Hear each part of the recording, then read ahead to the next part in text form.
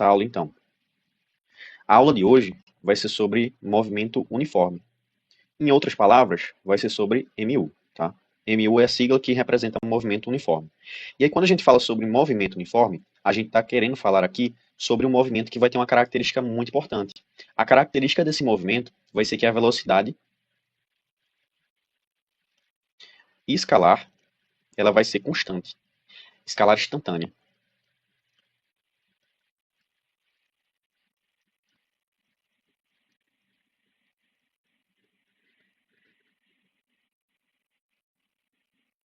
Então, essa velocidade escalar instantânea, a principal característica dela é que ela vai ser constante nesse tipo de movimento, certo? Quando eu falo que uma grandeza ela é constante, significa que ela não muda. Então, nesse caso, no tempo, essa velocidade que é instantânea, ela não vai mudar. Ela vai ser sempre o mesmo valor. E quando eu falo velocidade escalar instantânea, lembrem da aula passada. Quando eu falo sobre velocidade instantânea, eu falo a velocidade naquele exato instante de tempo que eu estou medindo. Beleza? Então, se eu estivesse dentro de um carro agora e estivesse dirigindo esse carro, provavelmente ele estaria indicando uma certa velocidade no velocímetro. E aquela velocidade seria a velocidade que aquele carro estaria naquele momento, naquele exato instante de tempo. Certo? Então, esse tipo de velocidade é a velocidade instantânea. Mas lembrem-se também que a gente viu um outro tipo de velocidade, que seria essa, a velocidade média, tá? Só que a velocidade média, ela tem uma pequena diferença, na verdade uma grande diferença da velocidade escalar instantânea, que é a seguinte: quando a gente vai calcular a velocidade média, a gente só pega o intervalo inicial e o intervalo final. Então a gente pega os valores da posição final e inicial e a gente pega os valores do tempo final e inicial. E com isso a gente calcula a taxa de variação desse espaço todo no tempo que demorou, certo? Então a gente não analisa diretamente as variações de velocidade que a gente teve no percurso. É como se eu dissesse assim: Miguel, tu corresse uma corrida que teve em Limoeiro. Nessa corrida, provavelmente, tu saiu no pique no começo da corrida, certo? Então, no começo, tu estava com uma velocidade mais alta. Mas é provável que, ao longo da corrida, tu foi se desgastando. E essa velocidade foi diminuindo. De forma que, no final, quando tu estava vendo a linha de chegada, tu aumentou essa velocidade novamente. Então, percebe que, nessa corrida toda, a gente teve oscilações na velocidade. Essa velocidade, hora foi maior, hora foi menor. Certo?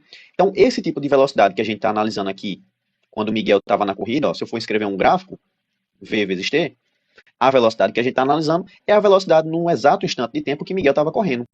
Certo? De forma que ela tenha mudado o seu valor ao longo da trajetória. Mas se a gente quiser calcular, por exemplo, a velocidade média que Miguel percorreu a corrida inteira, que é o que a gente chama de pace, eu só preciso saber o quanto Miguel correu, sei lá, 5 km, e o quanto de tempo ele demorou, não sei, 1 hora. Se eu sei a distância total que ele percorreu e o tempo total, eu posso simplesmente tirar a velocidade média dele, que vai ser 5 dividido por 1. E isso daqui vai ser 5 km por hora. Ou seja, a velocidade média ela tem um valor fixo para a corrida inteira. Então aqui, ó, se a gente fosse expressar um gráfico da velocidade média, no gráfico aqui, ó, ficaria uma reta. Porque seria o mesmo valor aqui, 5, o tempo todo, beleza? E isso daqui é o cálculo do pace que aparece lá no aplicativo quando você faz uma corrida, tudo bem? Mas então, o MU ele vai ter essa principal característica, que é a velocidade escalar instantânea, ela é constante. Ou seja, ela não muda.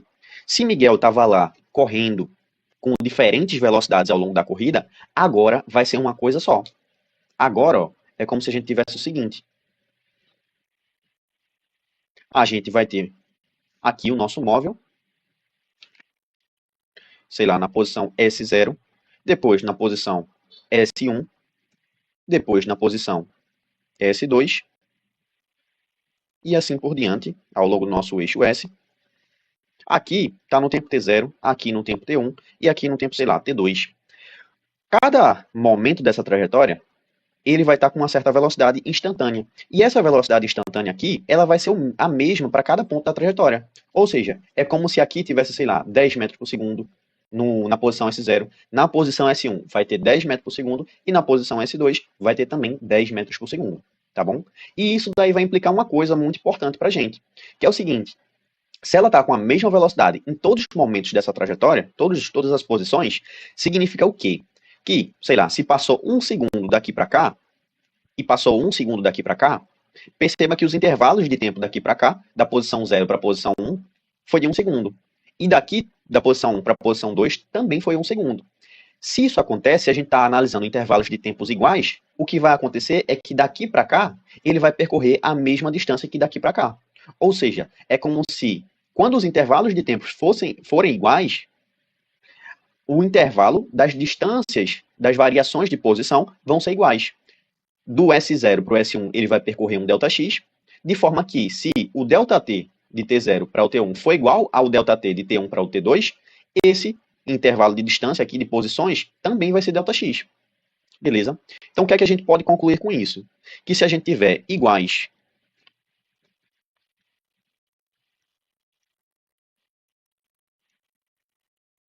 variações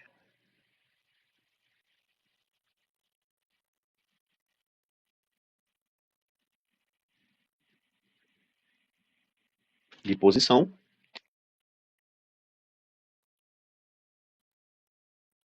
a gente também vai ter iguais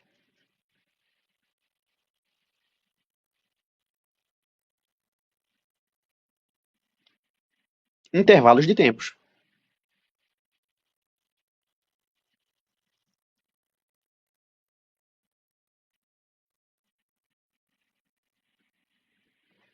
Certo? Ou vice-versa, se a gente tiver intervalos de tempos iguais, a gente vai estar andando, se deslocando aí as mesmas deslocações, os mesmos deslocamentos, no caso, as mesmas variações de posição, certo? Em outras palavras, se eu fosse pegar aqui de acordo com o meu desenho que eu fiz, sei lá, S1 menos S0 vai ter que ser igual a S2 menos S1. Claro, isso só vai ser igual se o T1 menos o T0 for igual ao T2 menos o T1. Beleza? Ó, isso daqui vai acabar dando uma informação muito importante para a gente. Se essa velocidade escalar instantânea é a mesma em todos os momentos dessa trajetória, observa que, no exemplo que Miguel estava correndo e estava correndo com diferentes velocidades, a velocidade instantânea ela era diferente. Já a velocidade média ela era a mesma em todos os pontos da trajetória. Nesse caso, como a velocidade instantânea é a mesma, é constante, o que vai acontecer é o seguinte: a velocidade média, nesse caso, vai ser igual à velocidade instantânea. Então, a implicação maior que a gente vai ter nesse tipo de movimento é que a nossa, vou colocar aqui primeiro implicação,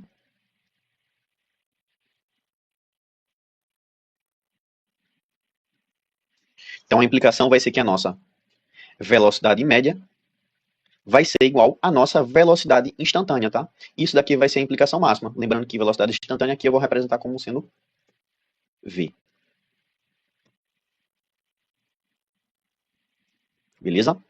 Então, se a gente fosse visualizar melhor isso a partir de um exemplo, observem que a gente teria o mesmo exemplo daqui, onde a gente tem um móvel se deslocando ao longo de uma reta, uma trajetória retilínea. Tá aqui. Se o movimento é uniforme, eu posso dizer o seguinte: aqui ele está com uma velocidade de 10 metros por segundo, uma velocidade instantânea de 10 metros por segundo. Aqui ele também vai estar com uma velocidade instantânea de 10 metros por segundo. Certo? Aqui também, velocidade 10 metros por segundo. Beleza? Vou dizer que, nesse momento daqui, o relógio estava começando. Então, o tempo inicial era 0 segundos. Já quando ele estava nesse momento, aqui, o tempo era de 1 segundo. E nesse outro momento, que eu vou chamar de momento 2, o tempo vai ser 2 segundos. Beleza? Aqui, ele estava na posição 0 do meu eixo. Aqui, sei lá, 10. E aqui, 20. Beleza? O que é que eu quero demonstrar para vocês? Observem que a velocidade instantânea desse móvel, em todos os momentos, vai ser 10 metros por segundo. Beleza? Então, tanto no momento 0, quanto no momento 1, quanto no momento 2, é 10 metros por segundo. Se eu fosse calcular a velocidade média, por exemplo, não sei, escolhendo dois pontos quaisquer. Escolhendo, sei lá, o ponto aqui 2 e o ponto onde o t é igual ao t0, no caso. O ponto onde o t vai ser o t2 e o ponto onde o t é o t0. Então, vamos pegar esses pontos. Olha, observem que a posição aqui é 20. Já a posição aqui, que é a posição inicial, é 0. Então, o nosso deslocamento vai ser 20 menos 0. E o tempo que a gente demorou vai ser 2 menos 0. Isso daqui no final vai dar 20 dividido por 2. Ou seja, a nossa velocidade média aqui deu 10 metros por segundo, que foi o mesmo valor da velocidade instantânea. Beleza, galera? Então, a partir de agora, quando a gente for analisar um movimento que é uniforme, a gente vai utilizar a velocidade como sendo a velocidade instantânea, que pode ser calculada da mesma forma que a velocidade média. Então, ó, a velocidade instantânea vai ser igual a ΔS sobre ΔT. Beleza?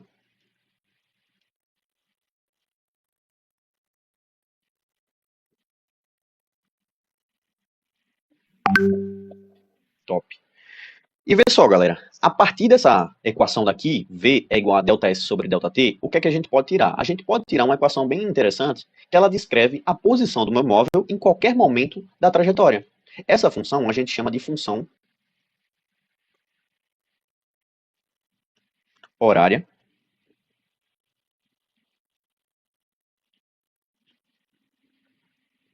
da posição, certo? E como é que a gente chega nessa equação? Ó, para que a gente chegue nessa equação daqui, a gente vai utilizar a equação anterior. A gente vai utilizar essa equação. V é igual a ΔS sobre ΔT.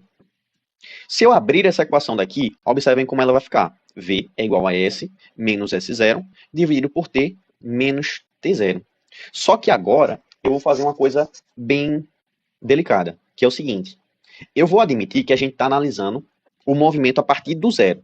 Então, se eu analisar o movimento a partir do zero, o que é que eu estou querendo dizer com isso? Eu estou querendo dizer que eu estou ligando o cronômetro naquele exato momento. Então, se eu analisar o movimento a partir do cronômetro ligado naquele exato momento, um instante inicial de tempo, ou seja, o nosso T0, vai ser igual a zero. Beleza? Então, no instante inicial, vou colocar assim, no instante inicial, T0 é igual a 0 segundos. Beleza? Isso é igual a 0 segundos, o que é que eu posso fazer? Eu posso cortar daqui, porque não vai fazer diferença 0 segundos. Não vai fazer diferença o número 0. Então, como é que vai ficar a nossa nova equação? V é igual a S menos S0 dividido pelo T, que é o tempo final aí, nesse caso. Eu vou passar esse T para o outro lado multiplicando, de forma que fique V vezes T é igual a S menos S0. Por último, eu posso isolar esse S daqui, já que ele é o S final. É o S na posição que a gente está analisando final. Então, S vai ser igual a esse S0, que é o S na posição inicial, ele está negativo, eu posso passar ele para o outro lado. Vai ficar S0 mais V vezes T. Então, essa equação que a gente acabou de encontrar é o que a gente chama de equação de função horária da posição. Certo? E aí para que a gente usa ela? A gente usa ela para encontrar a posição de um móvel, que é esse S final, em qualquer instante de tempo daquela trajetória. Certo? Então, uma vez que a gente sabe de onde o nosso móvel partiu, que é o S0, a velocidade que ele está e o tempo que a gente quer encontrar ele, a gente consegue encontrar a posição naquela trajetória que ele se encontra. Show? Então, só lembrando que as unidades, a gente dá elas de acordo com o sistema internacional de medidas, certo? Então, no SI, a gente diz que o S, a unidade de medida do S, vai ser metros. Do S0 também vai ser metros, tá? Porque é tudo posição. Da velocidade vai ser metros por segundo. E do tempo vai ser segundos, ok? Bom, uma vez que a gente sabe dessa função horária da posição, é muito interessante a gente saber, antes de seguir para o próximo passo, quais são os tipos de movimento que existem no MU. E são basicamente dois. Então, existem dois tipos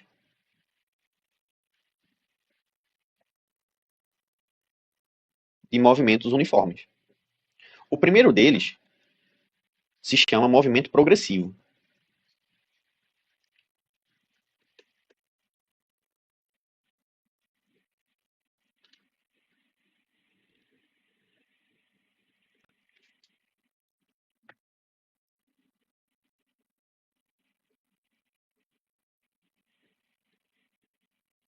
E o segundo deles, e o segundo, no caso, né, se chama movimento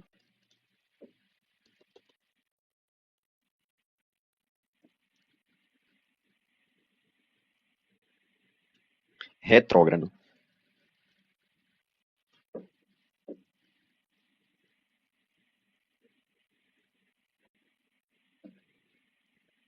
a gente vai ver que movimento progressivo, ele vai ter uma característica bem importante, que é o seguinte: esse movimento progressivo, ele acontece quando o nosso móvel, ele está aumentando sua posição. Então, a posição, ela aumenta.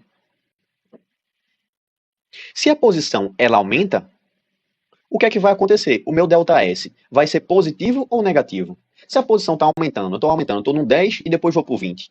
O quanto eu variei aí? Vai ser um valor positivo ou negativo? Vai ser um valor que é positivo. Ou seja, ele é maior que zero. Certo? É como se eu tivesse assim, analisando na trajetória, aqui no 10, e depois fosse para o 20.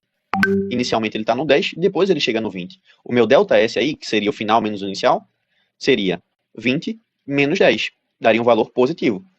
Certo? E a gente vai ver que esse fato do ΔS ser positivo, ele vai ter outra implicação, que é o seguinte: se o nosso ΔS é maior que zero, ou seja, ele é positivo, quando a gente for calcular a nossa velocidade, que é ΔS sobre ΔT, o valor dessa velocidade vai ter que ser positivo também. Por quê? Esse ΔS daqui, ele é positivo. O ΔT, ele não tem como ser negativo. Não tem como a gente voltar no tempo. A gente só o que define, então, essa velocidade, o sinal dela, vai ser esse ΔS. Então, se o ΔS vai ser positivo, isso vai implicar que a gente vai ter uma velocidade positiva. Beleza? Maior que zero. Certo? Já no movimento retrógrado, o que é que acontece? Contrariamente ao movimento progressivo, o que acontece é que a posição, ela diminui. E se a posição diminui, quando a gente for analisar o deslocamento, que é o nosso ΔS, o que vai acontecer é que esse ΔS vai ser menor que zero. Ele vai ser negativo. Massa? E aí, qual implicação isso teria para a velocidade? Se o nosso ΔS é negativo, é menor que zero, o que vai acontecer é que quando a gente for calcular a velocidade, o nosso ΔS ele vai ter como se fosse um negativo aqui na frente. E isso daí vai dar uma velocidade que é negativa. Então a velocidade vai ser menor que zero. Negativa, beleza?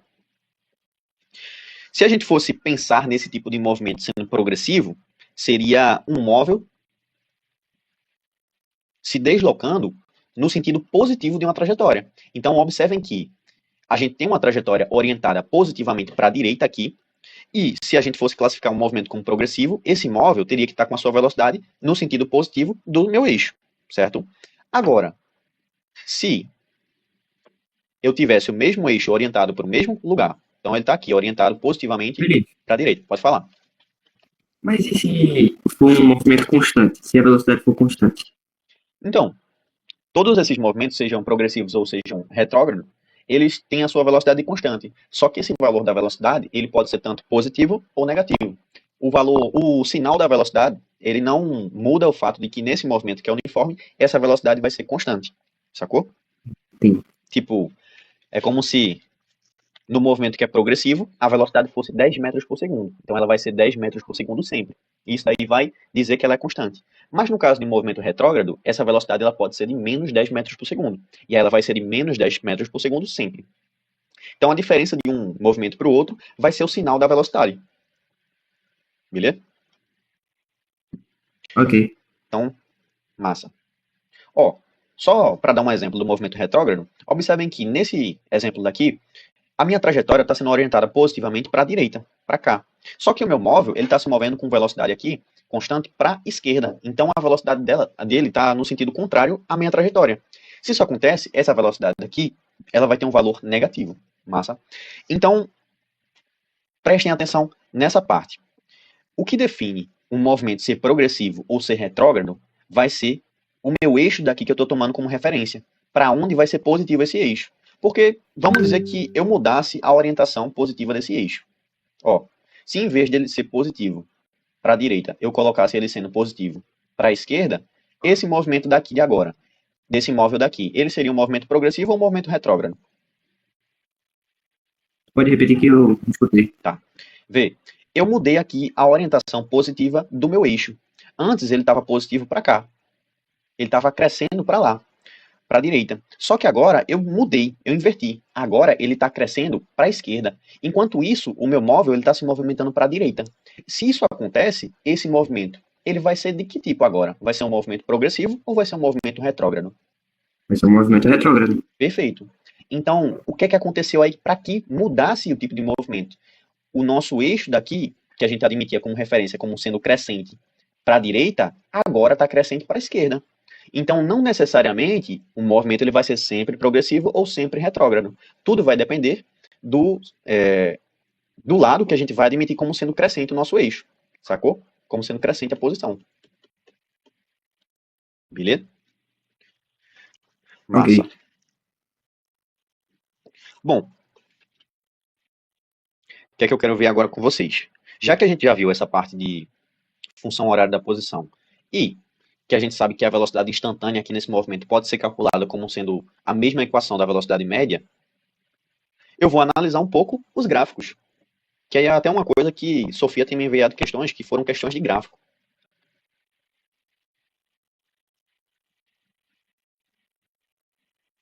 Então, essencialmente, no movimento que é uniforme, a gente vai ter dois gráficos apenas. Dois tipos de gráficos. A gente vai ter um da velocidade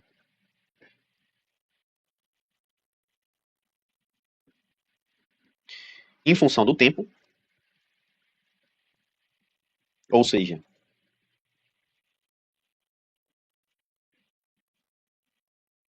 vai estar aqui para cima e aqui para o lado. E aí esse daqui vai ser a velocidade em metros por segundo. E esse daqui vai ser o tempo, o eixo do tempo, que vai estar medido em segundos. E aí o que é que vai acontecer? Galera, a gente viu lá no começo que a principal característica do movimento uniforme era qual? Que a velocidade é constante. Velocidade constante. Perfeito. Se a velocidade é constante, esse gráfico daqui vai parecer com o quê?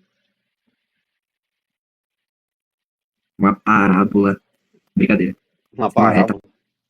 Uma reta, perfeito. Ó, a velocidade ela nunca muda. Então essa velocidade vai ser uma reta. Massa.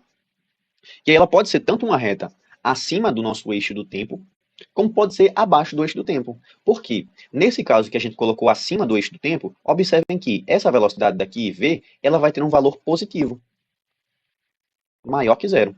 Só que essa velocidade, ela também pode assumir um valor negativo, ou seja, um valor menor que zero. Então, a gente pode ter um gráfico assim também.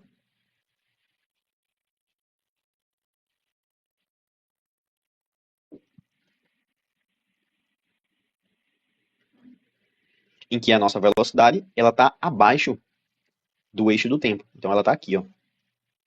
Observe que nesse caso, então, a velocidade da gente ela vai ser negativa. Ou seja, menor que zero. Certo? Então, galera, tem uma implicação muito importante para esse tipo de gráfico, que é a seguinte. Vamos observar uma coisa. Se a gente pegasse aquela fórmula lá de cima, V é igual a ΔS sobre ΔT. Eu vou isolar o meu ΔS. ΔS vai ser igual a V vezes ΔT. Vou deixar isso daqui guardado, certo? O que é que eu vou fazer agora? Observem que a gente tem uma área aqui debaixo dessa reta da velocidade. Se a gente fosse achar um paralelogramo aqui que é semelhante a isso, seria um retângulo. E qual a área do retângulo? Seria a base dele vezes a altura. A base desse retângulo aqui seria essa própria medida do tempo, porque o tempo inicial daqui vai ser zero, certo? Já a altura seria essa própria velocidade daqui, porque a velocidade inicial ela é zero, certo? Então, se a gente fosse calcular a área desse retângulo daqui, a área desse retângulo seria velocidade vezes o tempo. E o tempo inicial aqui desse sistema era quanto? Era zero. Eu poderia até colocar aqui menos t0, só que é zero, certo? E isso daqui é o nosso ΔT. Ou seja, a nossa área ela pode ser calculada como sendo V vezes o ΔT, que é exatamente quem? O ΔS. Então a gente tira daqui que o nosso ΔS vai ser igual, numericamente igual, no caso, né, à área. Então a área é numericamente igual ao nosso deslocamento. Isso daqui vai ser a conclusão mais importante que a gente vai tirar desses gráficos. Desse gráfico específico que envolve velocidade em função do tempo. certo? Toda vez que a gente for calcular a área de um gráfico velocidade vezes tempo, ou seja, aqui uma abscissa é velocidade e a outra é tempo, a gente acha, então, o deslocamento do nosso móvel, tá bom? Nesse caso daqui de baixo, ó, observem que a área ela está abaixo do eixo do tempo. Vai ter uma pequena diferença, porque aqui a velocidade vai ser negativa. Então, quando a gente for calcular a área desse cara daqui, a área vai dar um valor negativo. O que vai representar para a gente que o nosso deslocamento do móvel, nesse movimento daqui, vai ser negativo. Ou seja, ele está no movimento que é retrógrado. Ele está voltando a trajetória. No caso de cima, o deslocamento ele é positivo, porque a área vai ser positiva. Então, esse movimento de cima aqui vai ser um movimento progressivo. Já esse movimento daqui de baixo, como uma área negativa, o deslocamento é negativo, e aí vai ser um movimento retrógrado. Deu para entender isso, galera? Ou vocês querem que eu repita? Explique de alguma outra forma? Deu para entender. Deu para entender? Deu para entender. Show. Então, gravem isso. Mais importante que vocês vão ter de um gráfico V vezes T é que a área desse gráfico vai ser o deslocamento do nosso móvel. E aí, se a área for um valor positivo, o deslocamento vai ser positivo. Se a área for um valor negativo, o deslocamento vai ser negativo, tá? Para cada caso aqui, a gente vai ter um tipo diferente de movimento. Quando a velocidade for positiva, o movimento é progressivo. Quando a velocidade é negativa, o movimento é retrógrado. Certo? Além desse gráfico, a gente tem outro tipo de gráfico, que é o gráfico da posição. Posição em função do tempo.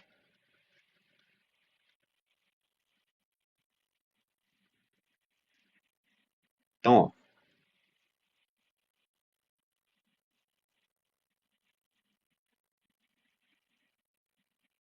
aqui está o nosso S, em metros, e aqui está o nosso tempo. E aí, olha, como a gente está querendo aqui um gráfico que expresse a posição em função do tempo, qual a equação a gente encontrou lá em cima que expressava a posição em função do tempo? S era igual a S0 mais V vezes T. E que tipo de equação é essa? É uma equação do primeiro grau. Como é o gráfico, então, de uma equação do primeiro grau? É uma reta. Só que, em vez de ser uma reta paralela ao eixo do tempo, como foi no anterior, essa reta de agora vai ser um pouco diferente.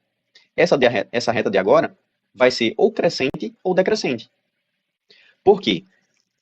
Percebam que, nesse movimento, que é um movimento uniforme, a gente está presumindo que a velocidade ela vai ser diferente de zero. Ela não pode ser zero. Porque se fosse zero, o que aconteceria é que essa posição era sempre a mesma. Ela seria sempre constante. E aí o gráfico seria realmente uma reta com o eixo daqui, com essa reta paralela ao eixo do tempo. Só que a velocidade é diferente de zero. Se essa velocidade é diferente de zero, essa posição daqui ela vai variar conforme o tempo. Se a velocidade for positiva, o que vai acontecer é que essa posição ela vai aumentar. Então essa reta vai ser crescente. Opa, que chegou alguém. E aí, Pedro? Cheguei atrasado, cheguei da escola, tomar meu banho e comer. Vamos embora, então. Se aproxime aí. Então, ó. A gente estava falando sobre MU, tá? E aí a gente está vendo agora a questão dos gráficos. Especificamente, a gente está vendo um gráfico que envolve posição em função do tempo. Para esse gráfico, ó, observa que a gente utiliza essa equação daqui, que foi a função horária da posição. Então, esse gráfico ele pode ser um gráfico crescente, como também pode ser um gráfico decrescente. Quando é que ele vai ser um gráfico crescente? Quando a velocidade ela for maior que zero, ela for positiva, certo? Por que isso acontece? Quando a velocidade for positiva, vai fazer com que a nossa posição ela aumente. Então aqui poderia ser o nosso S0, e em determinado momento, a gente teria a nossa posição final, que é o que a gente quer achar. Ok? Galera, a gente pode ter também um caso em que o gráfico é decrescente. Então aqui temos nosso eixo do tempo, segundos, e aqui a posição, em metros. E nesse caso, ó, nosso gráfico ele vai ser uma reta decrescente. Isso vai implicar para a gente que, se o gráfico é uma reta decrescente, a nossa velocidade ela vai ser negativa. Porque nesse caso, como a velocidade é negativa, o nosso móvel ele vai estar diminuindo sua posição. Então esse gráfico vai decrescer, tá bom? Ó, antes de eu falar uma coisa mais específica, Quando a gente tem uma velocidade positiva, então o nosso movimento é progressivo. Lembrando, né? E quando nossa velocidade é negativa, o nosso movimento é retrógrado. Certo? Ó, tem uma coisa muito importante agora, que é o seguinte. Observem que esses dois gráficos daqui, eles têm uma certa inclinação. Se eu pegar e analisar a inclinação dessa reta em relação ao eixo paralelo ao eixo do tempo, observa que a gente forma como se fosse um triângulo aqui. Vou desenhar esse mesmo triângulo aqui do lado. O que é que acontece? Nosso ângulo θ, ele vai estar aqui. Se eu pegar esse cateto daqui, que está oposto ao ângulo θ, que medida ele vai ter? Ele vai ter a medida S menos S0. Ou seja, aqui é S menos S0. Já embaixo, ó, o cateto que está adjacente ao ângulo vai valer que medida? Vai valer o tempo final menos o tempo inicial, que aqui foi 0. Mas eu vou colocar T0. Tá bom? Se eu calcular a tangente desse ângulo, tangente de θ, o que é que isso vai dar pra gente? Vai dar tangente de θ é o cateto oposto, S menos S0, dividido pelo cateto adjacente, que é T menos T0. E o que é isso que a gente acabou de calcular? ΔS sobre o ΔT. Então, quando a gente calcula a tangente de θ, que é o ângulo de inclinação da nossa reta, isso daqui vai dar a nossa velocidade. Tá bom? Então, esse ângulo de inclinação, a tangente dele vai ser a nossa velocidade. Tá? No caso em que o gráfico está aqui decrescente, o ângulo de inclinação da reta com o eixo do tempo vai ser esse daqui, θ. Só que a gente não consegue calcular a tangente desse ângulo. A gente conseguiria calcular a tangente desse ângulo daqui de dentro. Porque aqui estaria nosso S0, aqui estaria, será o nosso S, e aqui estaria o tempo. O que é que ia acontecer? O nosso triângulo, nesse caso, estaria assim, ó.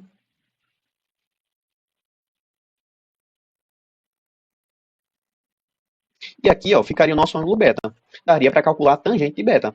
Só que, observem, essa tangente de beta, ela daria um valor negativo. Por quê? O nosso cateto aqui seria S0 menos o S. A nossa reta, ela está decrescendo. Certo? Então, a tangente desse θ, desse beta daqui, daria um valor negativo, menor que 0. Só que o que define a velocidade desse móvel, não daria um valor negativo, perdão. Daria um valor positivo. Daria maior que 0. Certo? Só que o que define a velocidade desse móvel é o θ, é a tangente de θ. E aí, ó, a gente tem uma relação que é a seguinte: a tangente de beta é menos a tangente de θ. Então, quando a gente calcular a tangente de beta para esse gráfico daqui que está decrescendo, a gente vai adquirir um valor positivo. Só que a gente sabe que, olhando aí, a posição ela está decrescendo, então a velocidade ela vai ser negativa. Mas como é que vai acontecer para que quando a gente calcular a tangente, a velocidade dê negativa? Ó, a tangente de beta vai ser um valor positivo, mas tem um menos daqui, ó, dessa tangente de θ.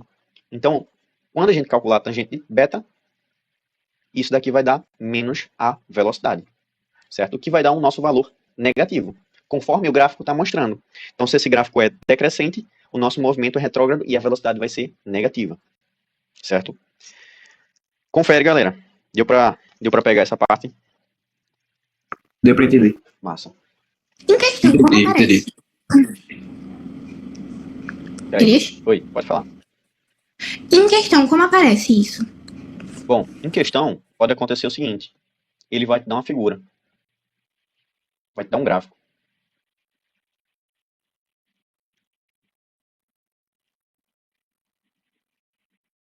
Então ele pode dar um gráfico aqui. Sei lá, pode dar um ponto nesse gráfico, nessa reta daqui desse gráfico.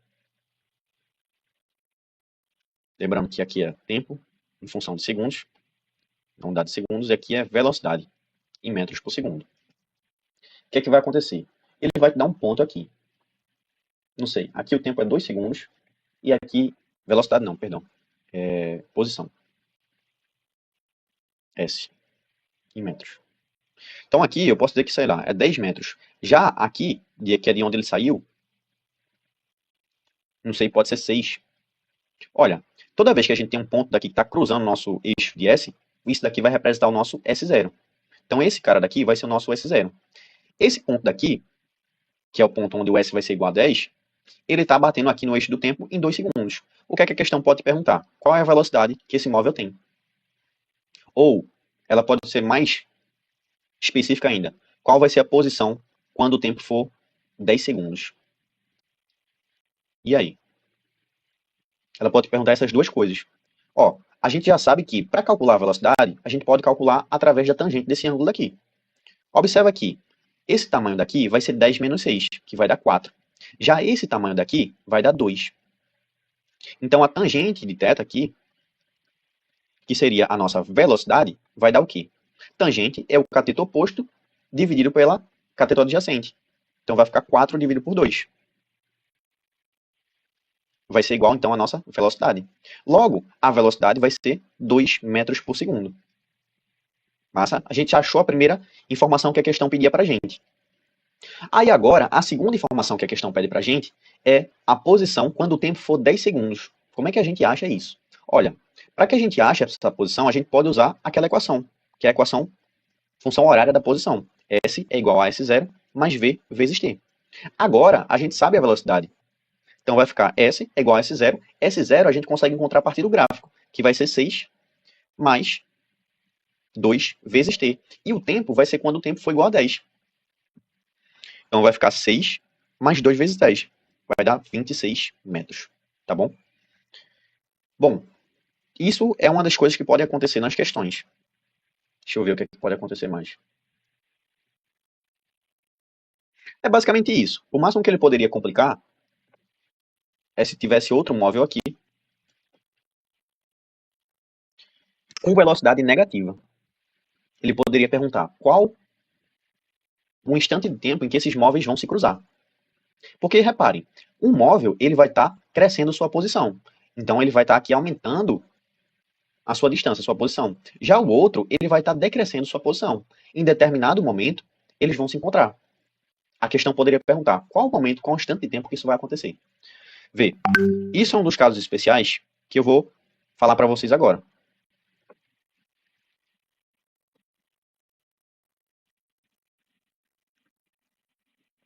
E aí, isso cai muito, cai muito. Principalmente que eu já vi no SSA. Só que no SSA acaba caindo com, misturando MRU com MRUV. MU com MUV. Então esse caso especial é o seguinte. Vai ser um caso de perseguição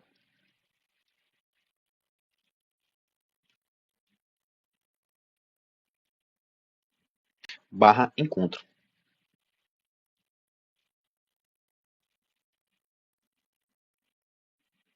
Ó, a gente vai ter aqui o nosso eixo, nossa trajetória. Ela vai estar sendo positiva, vai estar crescendo para a direita. E nessa trajetória, a gente vai ter dois móveis. A gente vai ter um aqui, que eu vou dizer que está na origem do nosso sistema, ou seja, na posição 0. E vai estar se movendo aqui com a velocidade de, por exemplo, 20 metros por segundo. Já aqui na frente, vai ter outro numa posição que eu vou dizer que é 40 metros. E esse outro móvel, ele vai estar se movendo um pouquinho mais devagar. Ele vai estar se movendo com velocidade igual a 10 metros por segundo. Reparem que, nesse caso, em que o da frente está mais devagar do que o de trás, vocês concordam que vai chegar um momento que o de trás vai conseguir alcançar o da frente? Por mais que demore um tempão, vai ter um momento que o de trás ele vai alcançar o da frente. Então, sei lá nos cafundó de Judas, o que é que vai acontecer? Os dois móveis eles vão estar aqui juntinhos. Então, isso daí é o que a gente vai chamar de caso de perseguição ou de encontro. Porque vai haver um momento em que os dois vão se encontrar. Sacou? Eles estão perseguindo um ao outro, mas vai haver um momento que os dois vão se encontrar. E aí eles vão se encontrar numa posição lá na frente. Só que para que eles se encontrem, vai demorar um certo tempo. E como é que eu acho esse tempo em que os dois vão se encontrar? Vê só, a melhor maneira de resolver esse caso é fazendo o seguinte. Esse móvel daqui eu vou chamar de móvel 1. E esse daqui de móvel 2. Vou colocar até cores diferentes. Esse daqui vou colocar um verde assim. E o outro vou colocar um azul. Vê, a melhor maneira de resolver esse problema vai ser o seguinte. Primeiro, vocês vão resolver as funções para cada móvel. Então, para o móvel 1, a gente vai escrever a função horária da posição dele, que vai ser S1 é igual a S01 mais V1 vezes T. Já para o móvel 2, o que é que vai acontecer? A gente vai fazer a mesma coisa. Então, S2 é igual a S02 mais V2 vezes o tempo. Porque eu coloquei o mesmo tempo para cá, para esse cara, e o mesmo tempo para esse. Porque o tempo é o mesmo. Tipo, o mesmo tempo que está passando para mim, está passando para vocês aí. Então não tem por que a gente colocar T1 e T2. Sacaram? Só o que vai mudar para cada um vai ser as posições finais, S1 e S2, as posições iniciais, que podem ser diferentes, e as velocidades, V1 e V2. Certo? Ó, se a gente for escrever as equações e substituir os dados, vai ficar assim. S1 é igual a S01, que aqui está na posição 0, então vai ser 0, mais V1, que aqui é 20, vezes o tempo, certo? Já para o móvel 2, a equação vai ficar a seguinte. S2 é igual a S02, que é 40, mais V2, que é 10, vezes o tempo, certo? Uma vez que a gente já escreveu as equações, vamos lá. Vai ter um momento em que esses dois móveis vão estar juntos. Nesse momento, o que é que vai acontecer? A posição dos dois móveis vão ser iguais. Então, o que é que vai acontecer é que S1 vai ser igual a S2. Lá na frente, eles vão se encontrar no mesmo lugar. Se eles vão se encontrar no mesmo lugar, a posição de um vai ter que ser igual à posição do outro. Então, a gente pode usar essa condição, que S1 vai ser igual a S2. Certo? Então, se S1 vai ser igual a S2, o que é que a gente pode fazer? A gente pode substituir as equações que a gente encontrou para S1 e para S2. Então vai ficar 0 mais 20 vezes T é igual ao quê? 40 mais 10T. Agora virou uma equação do primeiro grau. Dá para a gente resolver. Na verdade já era a equação do primeiro grau, né? Dá para a gente resolver agora. Então vai ficar 0. Já vou tirar daqui que não faz diferença. 20 vezes T é igual a 40 mais 10T. Esse 10T, que está positivo desse lado, eu vou passar para o outro lado negativo. Por que eu estou fazendo isso? Para isolar tudo que tem T de um lado. Então vai ficar 20T menos 10T é igual a 40. Desse lado vai ficar 20 menos 10, isso tudo que multiplica T, vai ficar 10T é igual a 40. Corta os zeros. O tempo, então, vai ser igual a 4 segundos. Então, vai demorar esse tempo para que esse móvel daqui de trás, esse móvel 1, ele encontre esse móvel 2. E isso vai acontecer lá na frente, tá bom? Porque esse móvel 2, ele também está se movimentando. Deu para entender essa pegada daqui do encontro? Sim. Show. Sim, deu. Massa. Agora eu pergunto a vocês o seguinte. A gente já sabe como que a gente encontra o tempo que esses dois móveis vão demorar para se encontrar. Mas e a posição? Como é que eu sei onde, em que lugar eles vão se encontrar? E aí, como é que a gente poderia encontrar isso? A posição onde eles dois vão se encontrar. Esse S daqui. Coloca na fórmula. Qual fórmula?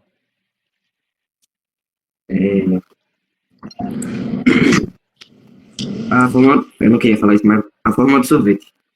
Que fórmula do sorvete?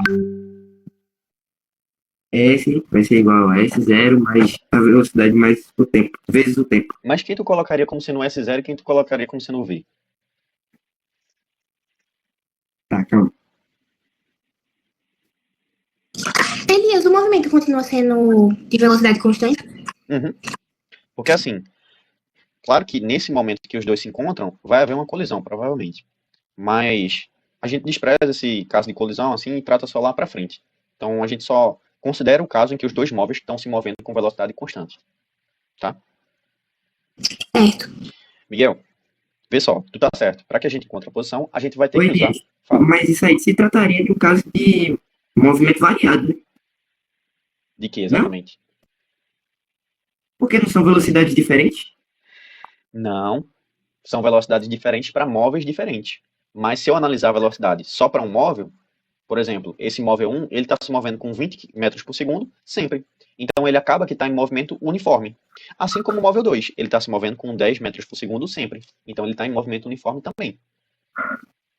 Só estaria em movimento uniformemente variado se as velocidades de cada um se alterassem. Tá, entendi. Miguel, vê só. Tu tá certo. Em parte, tu tá certo. A gente vai ter que calcular para achar a posição a partir da função horária da posição. S é igual a S0 mais V vezes T. Mas olha, que S0 a gente usaria? Que V a gente usaria? Percebe que no início da resolução desse caso, a gente já tinha calculado aqui, ó, já tinha feito duas equações daqui. S1 e S2. Beleza? Mas aí que tá o ponto, tu dissesse que tu colocasse que S1 era igual a S2. Certo? Mas aí isso só é válido para quando? Quando os dois estiverem lá na frente se encontrando. Em qualquer outro momento da trajetória, S1 vai ser diferente de S2. Elias, Fala. a gente já tem a velocidade e o tempo, então seria.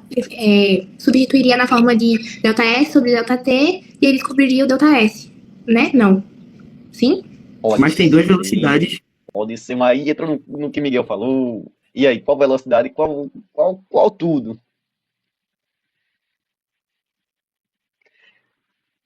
Querem pensar mais um pouco?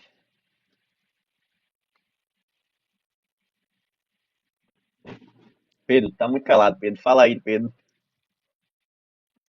Opa, E aí, Pedro, como é que a gente acha essa posição? A gente já encontrou o tempo. rapaz. Boa pergunta, hein? Ó, galera, o que vai acontecer aqui é o seguinte. Calma aí. Fala. pensando Pensa aqui. aí, pensa aí, pensa aí. Olha, eu vou dar só uma dica. A gente vai usar a mesma condição que a gente propôs aqui. No encontro, o S1 vai ser igual a S2.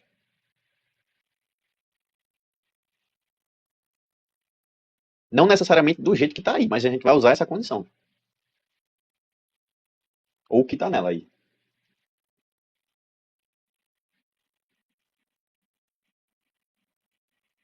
Sofia, o teu jeito também sai, mas tem um jeito mais fácil. E dependendo do que tu usaria aí, né? Qual a velocidade e tal.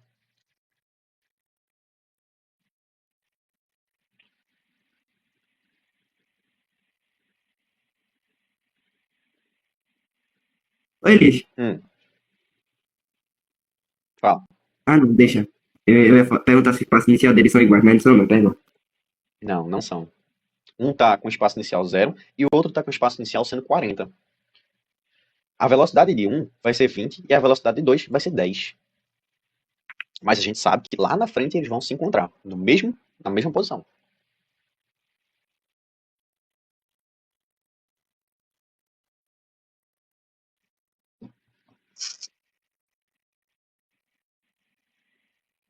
Desistem?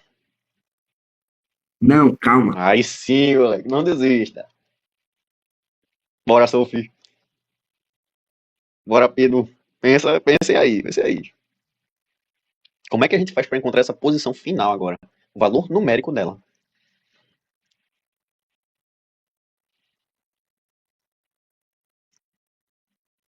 A gente encontrou o quê? O tempo que os dois vão demorar para se encontrar, certo?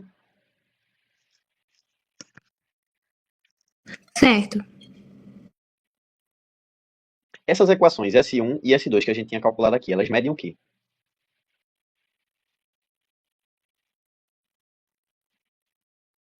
Podem falar sem medo. Elas medem a posição final deles, Exato, né? exato. Então, sendo que a posição final deles não vai ser no momento que eles vão se colidir? Sim, Então é igual. então é igual. Então, Então por quê? eu disse antes que, que o S1 era igual ao S2. Tu disseste que não. A posição final deles é igual. Tá, vão ser igual, mas como é que a gente calcula? Essa é a questão, como é que a gente calcula? Quero um valor numérico, encontrar um valor numérico dessa posição final. O problema é da posição inicial. Olha, eu vou entregar o ouro. O que é que acontece? Nessa posição aqui de encontro, o S1 vai ser igual ao S2. Beleza. Como é que a gente calcula o S1, por exemplo? Dessa maneira daqui. Como é que a gente calcula o S2? Dessa maneira daqui. A gente encontrou o tempo que vão demorar para se encontrar. Então, quando o tempo foi 0, sei lá, o T0 foi igual a 0 segundos, o que aconteceu é que para o móvel 1 ele saiu do 0 e para o móvel 2 ele saiu do 40. Mas lá na frente eles se encontraram. E a gente sabe que demorou 4 segundos para eles se encontrarem. Então o tempo vai ser quanto? 4. Beleza, a gente já sabe. Mas o que a gente está querendo agora saber é a posição. E não importa se a gente calcular a posição de S1 ou de S2. Porque no final elas vão ser a mesma. Então se eu jogar esse 4 aqui em qualquer uma dessas equações, tanto do S1 quanto do S2, eu vou encontrar o quê? A posição dos dois móveis. Se eu escolher, por exemplo, a equação de S1, S é igual a 0, vou colocar no 0, 20 vezes t. E substituir aqui no tempo igual a 4. Vai ficar S1 é igual a 20 vezes 4. S1 vai ser igual a 80 metros. Então, ó, eles vão se encontrar quando S for igual a 80 metros. Sacaram? Saquei. E o resto? Sim. Sim. Então, ó, primeiro a gente achou o tempo para que os dois se encontrassem. Mas aí a gente sabe a equação que descreve a posição em qualquer instante de tempo para cada um dos móveis. Então, ó, se a gente jogasse aqui o tempo igual a 4 segundos, a gente encontraria a posição final de cada um deles. Eu poderia escolher qualquer uma dessas equações. O S1 eu peguei aqui, mas eu poderia pegar, por exemplo, o S2. S2 é igual a 40 mais 10 vezes t. Se eu substituísse aqui por 4, ficaria 40 mais 10 vezes 4. Isso daqui é S2. S2, então, vai ser igual a 40 mais 40, que vai dar 80 metros. Por que os dois deram 80? Porque na condição aqui de encontro, o S1 vai ser igual ao S2. Entendesse, Miguel? Sim, Ou ainda eu tá? entendi. Entendeu? Top. Então, vê só, galera. Quando a gente analisar um caso especial desse, um caso de perseguição barra encontro, que é o que cai bastante nas provas, principalmente o SSA, caiu bastante questão já disso, e eu não duvidaria que caísse mais. O passo a passo que a gente tem que fazer é o seguinte: a gente vai montar as equações, as funções horárias da posição para cada móvel. Então aqui a gente montou o DS1 e o DS2, substituir os valores, e depois a gente vai utilizar essa condição daqui, ó. No encontro, a posição dos dois móveis vão ser iguais. Então, no encontro, o S1 vai ser igual ao S2, certo? Quando a gente substituir, então, as equações, observem que vai ficar tudo em função do tempo. E aí a gente consegue encontrar o tempo, vou colocar até aqui, tempo de encontro.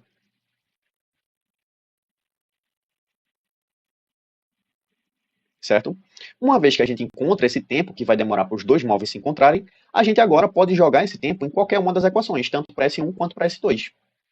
Não importa qual equação escolher no final para substituir o valor. As duas vão dar o mesmo valor, porque a gente ainda está utilizando, ó, a condição de encontro, em que S1 vai ser igual a S2. Então, gravem esse tipo de caso de perseguição, porque ele cai bastante, tanto para MRU e principalmente para MRUV. Quando a gente for ver no próximo assunto, que é MRUV, a gente vai ver que cai o mesmo caso. A diferença é que agora a gente vai ter aceleração no sistema e a função da posição vai ser desse tipo daqui. S é igual a S0 mais V vezes T mais A, T ao quadrado, sobre 2. Mas vai ser uma mesma função, que mede a posição. Então, no final, a gente vai poder fazer, ó, S1 é igual a S2. Só que agora vai estar mais conta pra gente, né?